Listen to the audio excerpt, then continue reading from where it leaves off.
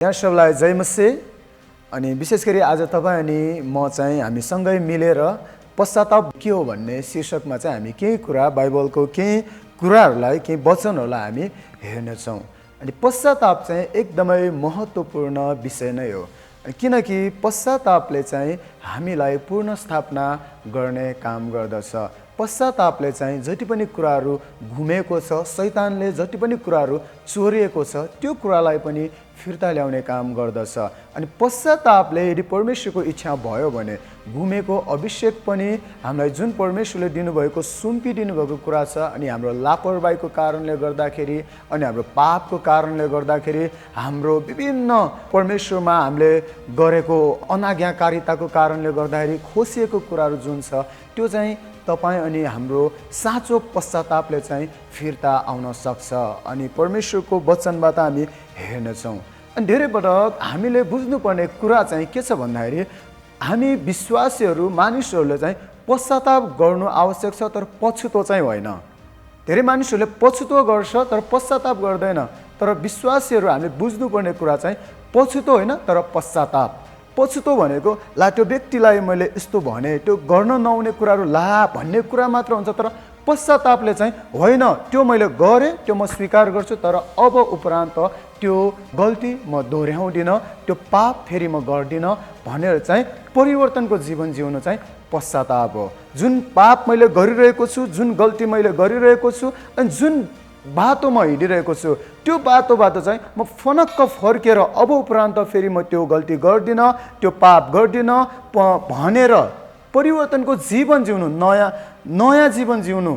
अनि पुरानो मनुष्यत्वहरूलाई, पुरानो विचारहरूलाई, पुरानो पापहरूलाई, व्यवहारहरूलाई छोडेर अब नयाँ जीवन, नयाँ बाटो, परिवर्तनको जीवनमा अगाडि बढ्नु चाहिँ साँचो पश्चाताप नै हो। अनि पश्चाताप चाहिँ महत्त्वपूर्ण छ।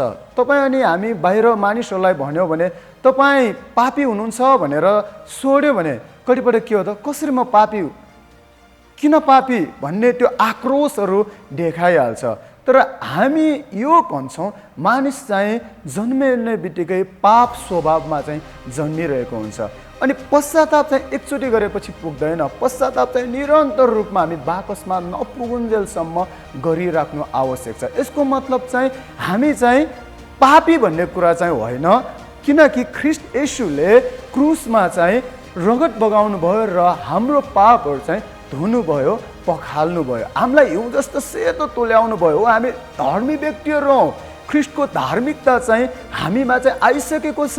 हामी चाहिँ धर्मी व्यक्तिहरू हौँ। यो भन्दै गर्दाखेरि मानिस चाहिँ विभिन्न पृथ्वीमा बस्दाखेरि विभिन्न कुरामा पापमा फसिने अनि आँखाको अभिलाषा, जीवनको सेखी जस्ता हरेक कुरामा चाहिँ परीक्षामा पर्ने भएको कारण अनि जानी नजानी भुल गल्तीहरू गरिराखेको हुने कारणले गर्दाखेरि अनि परमेश्वरको विरुद्ध पनि कति गल्तीहरू, अनाज्ञाकारिताको जीवन जिइराख्ने भएको कारणले गर्दाखेरि चाहिँ मानिसहरूलाई चाहिँ दिनको पश्चाताप चाहिँ आवश्यक छ।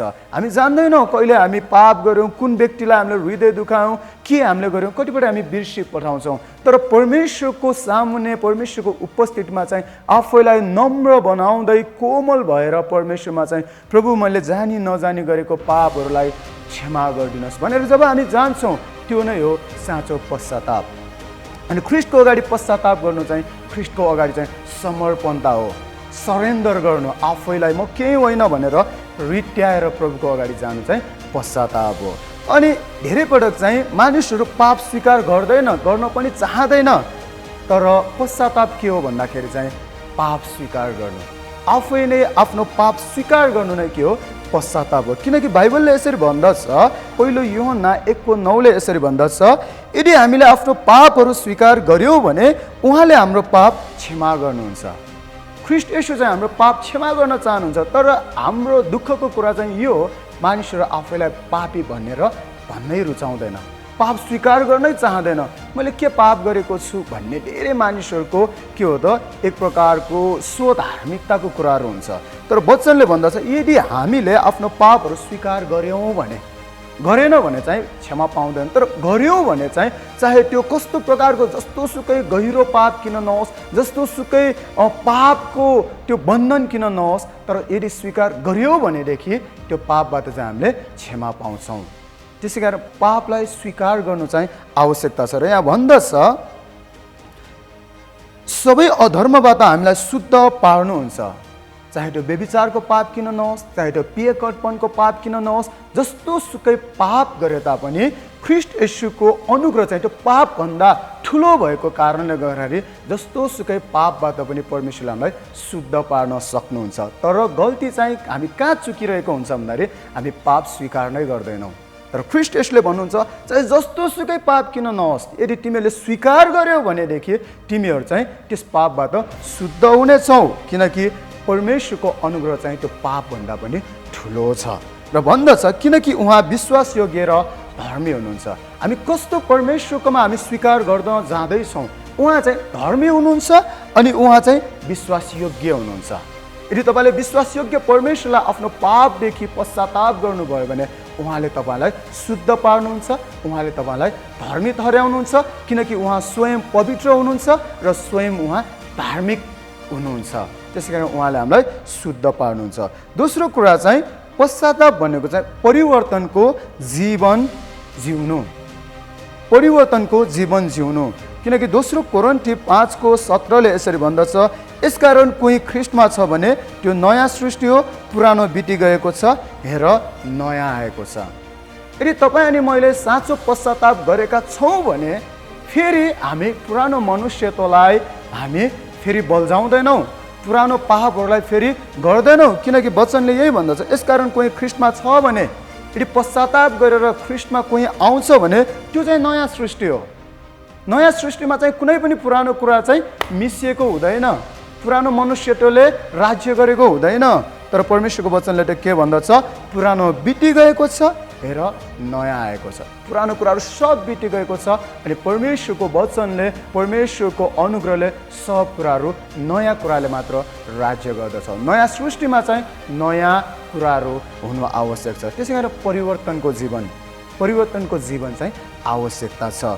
अनि अर्को कुरा चाहिँ जस्तो तपाईँले दोस्रो इतिहासको 7:14 तपाईँले हेर्नुभयो भने यसरी लेखेको छ यदि मेरो आफ्नै नाउँ दिएको मेरो प्रजाले आफैलाई नम्र पारेर प्रार्थना गर्छ र मलाई खोजेर आफ्नो दुष्ट चालहरूबाट फर्कन्छ भनेर, फर्किनु दुष्ट चालबाट गरिरहेको पापबाट यदि फर्किन्छौँ भने परमेश्वर के भन्नुहुन्छ तब म स्वर्गबाट तिनीहरूको प्रार्थना सुन्नेछु। फर्किनु चाहिँ पर्यो। धेरै मान्छेहरू फर्किन चाहँदैन, पछुतो चाहिँ गर्छ, ला मैले गर्न नहुने भनेर पछुतो गर्छ, तर फेरि त्यही पाप गर्छ। ला मैले यो गर्न नहुने भनेर पछुतो गर्छ, तर फेरि त्यही खान नहुने कुराहरू खाइबस्दछ, पिउने नहुने कुराहरू पिइबस्दछ, जाने नहुने ठाउँमा चाहिँ गइबस्दछ, पाप चाहिँ गरिबस्दछ। त्यसै कारण फर्किनु चाहिँ भयो भने परमेश्वरले प्रार्थना सुन्नुहुन्छ। पछुतो गरेर परमेश्वरले प्रार्थना सुन्नुहुन्न, पछुतो गरेर फेरि हामी पुनर्स्थापित हुन सक्दैनौँ। तर फर्किनु चाहिँ भयो भने परमेश्वरले चाहिँ हाम्रो प्रार्थना सुन्नुहुन्छ। र प्रार्थना सुन्नु मात्र हुँदैन, तपाईँले गर्नुभएको प्रार्थनाले तपाईँको देश, तपाईँको राष्ट्र, तपाईँको परिवारमा नै आशिष आउनेछ भनेर चाहिँ लेखेको छ। किनकि यहाँ वचनमा यसरी लेखेको छ तब म स्वर्गबाट तिनीहरूको प्रार्थना सुन्नेछु र तिनीहरूको पाप क्षमा गर्नेछु र तिनीहरूको देशलाई म स्वस्थ पार्नेछु। प्रार्थना सुन्नुहुन्छ, पाप क्षमा गर्नुहुन्छ र त्यो पश्चातापको कारणले गर्दाखेरि अरू ठाउँमा पनि परमेश्वरले आशिष चाहिँ पठाइदिनुहुन्छ। हामी जुन ठाउँमा छौँ त्यो ठाउँमा चाहिँ आशिष आउन सुरु गर्दछ। अनि पश्चाताप भनेको चाहिँ मलाई चाहिँ यो पनि लाग्छ कि पश्चाताप भनेको चाहिँ आफ्नो वास्तविकतालाई स्वीकार गर्नु, आफ्नो घमण्डहरूलाई त्याग्नु, आफ्नो भित्री कुरालाई चाहिँ परमेश्वरको अगाडि चाहिँ पुरै समर्पणता गरिदिनु पश्चाताप हो। बाइबलमा हामीले हेऱ्यौँ भने चाहिँ लुकाको पुस्तकमा यसरी भन्दछ तर कर उठाउने चाहिँ टाढै उभिएर स्वर्गतिर आँखा पनि नउठाई यसो भन्दै आफ्नो छाती पिट्यो, हे परमेश्वर म पापीमाथि दया गर्नुहोस्। यहाँ कर उठाउने व्यक्तिले चाहिँ यसरी पश्चाताप गरेको कुराहरू हामी देख्न सक्छौँ। आफैलाई हे परमेश्वर म पापीमाथि दया गर्नुहोस्। त्यो कर उठाउने व्यक्तिले चाहिँ कसले मलाई हेरिरहेको छु के भन्छ कुनै पनि उसलाई समस्या छैन, तर परमेश्वरको अगाडि आफैलाई चाहिँ आफू को भन्ने कुरा चाहिँ के हो त साबित गरेको छ। भलै मानिसहरूको बिचमा चाहिँ उसले ढाँटेर कर उठायो होला, मानिसलाई छलेर कर उठायो होला, तर जब उसले पश्चाताप गर्यो परमेश्वरको अगाडि चाहिँ म को भन्ने कुरा आफ्नो वास्तविकता चाहिँ परमेश्वरको सामु चाहिँ स्वीकारेको छ। तपाईँ हामी पनि मानिसहरूको अगाडि कसरी जिइरहेका छौँ, मानिसहरूले के भन्छ, यो त धर्मी व्यक्ति भनेर भन्छ, यो त प्रार्थना गर्ने व्यक्ति भनेर भन्छ, यो त उपवास बस्ने व्यक्ति भनेर भन्छ, तर परमेश्वरलाई थाहा छ हामी कस्तो जीवन जिइरहेका छौँ, हाम्रो वास्तविकता के हो। तर त्यो वास्तविकतालाई लिएर जब परमेश्वरको अगाडि हामी समर्पण हामी गर्दछौँ अनि प्रार्थना गर्दछौँ अनि आफ्नो बारेमा हामी परमेश्वरलाई सुम्पिदछौँ, जब कर उठाउनेले भन्दा म पापीमाथि दया गर्नुहोस् अनि हामीले पनि आफ्नो पापदेखि लिएर हामी पश्चातापसहित परमेश्वरमा हामी समर्पण गरेर प्रार्थना गर्नु चाहिँ पश्चाताप हो। आफ्नो वास्तविकतालाई स्वीकार्नु, आफ्नो घमण्डहरूलाई त्याग्नु, आफ्नो ट्यालेन्टहरू होइन, सबै खुबीहरूमा होइन, तर परमेश्वरमा चाहिँ समर्पणताको जीवन जिउनु। किनकि लुकाको 18:13 यही नै भन्दछ। अनि पश्चाताप भनेको फल फलाउनु पनि हो। धेरै मानिसहरू पश्चाताप त गर्छ, तर पश्चाताप साँचो पश्चाताप हो भने त्यही अनुसारको फल पनि देखिनु पर्यो नि त। किनकि मत्तीको पुस्तकले त्यही नै भन्दछ, मत्ती 3:8 यसकारण पश्चाताप सुहाउँदो फल फलाऊ। अनि पश्चाताप गर्छौँ भने परिवर्तनको जीवनमा चाहिँ परमेश्वरको काम पनि देखिन थाल्छ। पश्चातापले चाहिँ फल फलाउने काम गर्दछ। अनि त्यसरी नै हामीले प्रेरितको पुस्तकमा हेऱ्यो भने यसरी लेखेको छ, तर पहिले दमस्कसमा तब यरुसलेममा र सारा यहुदिया देशभरि रहनेहरूलाई र अन्य जातिहरूलाई पनि पश्चाताप गरेर परमेश्वरतिर फर्क र आफ्नो पश्चाताप योग्यका काम गर भनेर लेखिएको छ। पश्चाताप योग्यका कामहरू अनि कामद्वारा नै फलहरू देख्न थाल्छ। आमेन। अर्को तपाईलाई अनि म बाइबलबाट पश्चाताप गरेर पूर्ण स्थापित भएको केही व्यक्तिहरू, साँचो पश्चाताप गरेका केही व्यक्तिहरूको म उदाहरण म तपाईँहरूको बिचमा राख्न चाहन्छु। पहिलो चाहिँ दोस्रो सामुएलको 12 तपाईँले 13 पढ्नुभयो भने दाउदलाई तपाईँले देख्न सक्नुहुन्छ। यहाँ यसरी लेखेको छ, तब दाउदले नातानलाई भने मैले परमप्रभुको विरुद्धमा पाप गरेँ। नातानले तिनलाई जवाब दिए, परमप्रभुले तपाईँको पाप लगिदिनु भएको छ, तपाईँ मर्नुहुने छैन। यहाँ चाहिँ साँचो पश्चाताप गरेको कुरा छ। खासमा बेत्सेबासँग दाउदले व्यभिचार गरेको थियो, तर दाउदले चाहिँ के भन्छ, मैले परमेश्वरको विरुद्धमा पाप गरेको छु। हो, त्यो व्यक्तिसँग व्यभिचार गर्यो, त्यो स्त्रीसँग व्यभिचार गर्यो, तर दाउदले चाहिँ पहिला चाहिँ परमेश्वरलाई सम्झ्यो। परमेश्वरको यो चाहिँ इच्छा होइन, परमेश्वरको विरुद्ध मैले पाप गरेको छु, यो चाहिँ पाप हो भन्ने कुरा स्वीकार गर्यो अनि भन्दछ मैले परमेश्वरको विरुद्ध पाप गरेको छु। अनि त्यस्तो पाप गरे तापनि दाउदको पश्चातापको कारणले गर्दाखेरि फेरि परमेश्वर भन्नुहुन्छ दाउद चाहिँ मेरो हृदय अनुसारको व्यक्ति हो। पश्चातापले चाहिँ पूर्ण स्थापित भएको छ। त्यस्तै तपाईँले हेर्न सक्नुहुन्छ उदन्ते पुत्र पनि बुवासँग सबै सम्पत्ति लिएर मोज मजा गरेर जब सम्पत्ति सकिन्छ ऊ जान्छ, सम्पत्ति सकिन्छ, फेरि फर्केर आउँछ अनि बुवालाई यस्तो भन्छ, मैले परमेश्वरको विरुद्ध र तपाईँको विरुद्ध मैले पाप गरेको छु।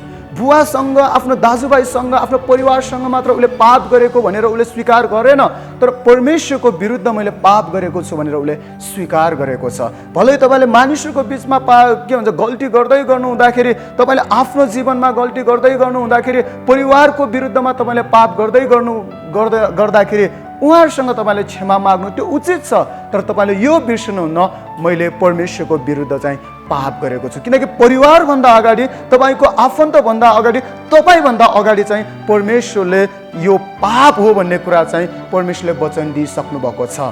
त्यसै कारण परमेश्वरको विरुद्ध जब हामी पाप गर्छौँ स्वीकार गर्नु आवश्यक छ। र उदन्ते पुत्रले जब यसरी पश्चाताप गर्छ फेरि पनि उसले सबै कुराहरू फिर्ता पाउँछ, आफ्नो परिवार, आफ्नो धन सम्पत्ति सबै कुराहरू चाहिँ फिर्ता पाउँछ। अनि जखायस तपाईँले लुका 19:1-10 तपाईँले हेर्नुभयो भने त्यहाँ पनि जखायसले चाहिँ आफूले छल गरेर कमाएको त्यो सम्पत्ति, त्यो करहरू चाहिँ 4 गुणा फिर्ता गरिदिने निर्णय गर्छ। यसो ख्रीष्टको सामुन्ने चाहिँ निर्णय गर्छ, म 4 गुणा चाहिँ फिर्ता गरिदिन्छु। उसले भनेर मात्र, तर कामबाट पनि उसले चाहिँ के हो त पश्चाताप फल फलेको कुरा चाहिँ देखायो, 4 गुणा फिर्ता गरिदिन्छु। त्यसरी उसले कामबाट पनि जखायसले पश्चातापको कुरालाई चाहिँ साबित गरेर देखाए। धेरै पटक मानिसहरूले पश्चाताप त गरे भनेर भन्छ तर काम देखिँदैन। तर जखायसको जीवनमा त के हो त 4 गुणा फिर्ता गरिदिएको कुराहरू हामी देख्न सक्छौँ। अनि अर्को चाहिँ पत्रुस। जब पत्रुसको कुरा हामी हेर्छौँ मर्कुसको 14:72 यसरी लेखेको छ, अनि तुरुन्तै दोस्रो पल्ट भाले बासेर पत्रुसलाई येशूले यसो भन्नुभएको कुरा सम्झना भयो, भाले 2 पल्ट बास्नु अघि तिमीले मलाई 3 पल्ट इन्कार गर्नेछौ। अनि त्यस कुरालाई सम्झेर तिनी धुरु धुरु रोए रे। धेरैबाट पश्चातापले चाहिँ के हो त हामीलाई क्रन्दनका साथ रुन बाध्य गर्दछ। पश्चाताप चाहिँ यस्तो पश्चाताप होस् ख्रिस्टको अगाडि चाहिँ जहाँ पत्रुसको के हो त उसको फिजिकली ऊ चाहिँ के हो त दुखित भएको कुरा, ऊ चाहिँ क्रन्दनले रोएको कुराहरू चाहिँ देख्न सक्छौँ। जब परमेश्वरको वचन यो पाप हो भन्ने कुरा धोका दिन्छ भन्ने कुरालाई उसले स्मरण गरिहाल्यो, यो पाप गरे भन्ने कुरा स्मरण गर्यो, त्यही ठाउँमा अन द स्पोट ऊ चाहिँ के त रोएको छ। तपाईँ अनि मलाई पनि जब परमेश्वरले पाप हो भनेर सम्झाइदिनुहुन्छ त्यतिखेर नै त्यो पाप हो भन्ने थाहा भइहालेपछि चाहिँ त्यो पापबाट त्यो कुराबाट चाहिँ हामी निस्किहाल्नुपर्छ। परमेश्वरले सम्झाउनुहुन्छ भइहाल्छ नि म पछिदेखि गर्दिनँ भनेर भन्छौ भने फेरि गरिबस्छौ भने मौका छैन। तर जब तपाईँलाई परमेश्वरले पाप हो भनेर सम्झाइदिनुहुन्छ, पश्चाताप गर भनेर परमेश्वरले तपाईँलाई देखाइदिनुहुन्छ, त्यति बेला नै पश्चाताप चाहिँ गरिहाल्नु आवश्यक छ।